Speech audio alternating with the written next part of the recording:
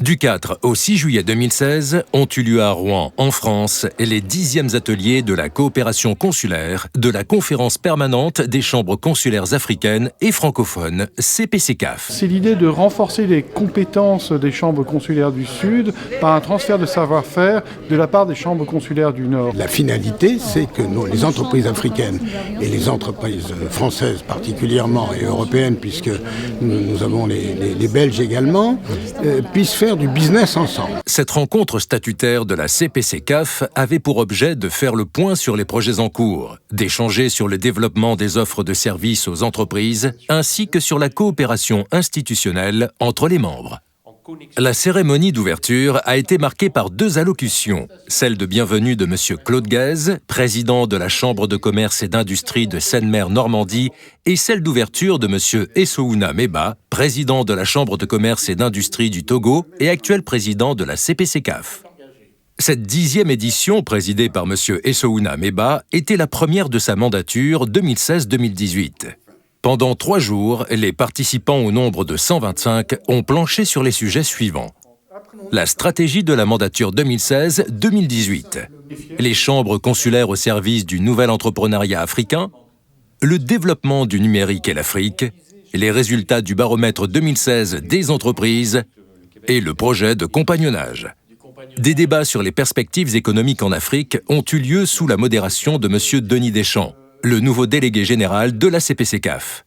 Il est apparu que le programme de compagnonnage consulaire et les services à la formation seront renforcés au cours de la mandature de M. Meba. La Chambre de commerce du Togo bénéficiera de ce programme de compagnonnage. À la fin des ateliers, les présidents de la Chambre de commerce et d'industrie du Togo et celle de Rouen se sont entretenus. Les échanges ont porté sur la formation et plus particulièrement sur la coopération entre les 2 chambres. L'idée étant de créer un centre de formation au métier de bouche dédié aux jeunes Togolais. Les 2 parties collaboreront ensemble pour une rapide concrétisation de ce centre de formation. Je veux que les jeunes là, qui ont des problèmes actuellement de formation, des métiers, qu'on puisse déjà, si votre aide de compagnonnage consulaire,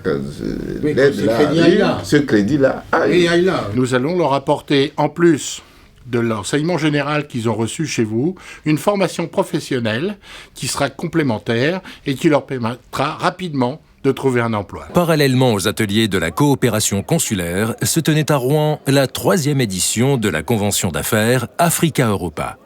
À la cérémonie d'ouverture, M. Meba, le président de la CCIT, a été invité à prononcer une allocution.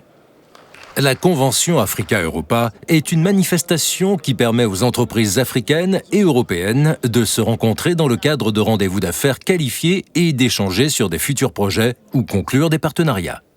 Plus de 250 entreprises étaient présentes, dont 6 togolaises qui ont pu valider leurs inscriptions par l'intermédiaire de la Chambre de commerce et d'industrie du Togo.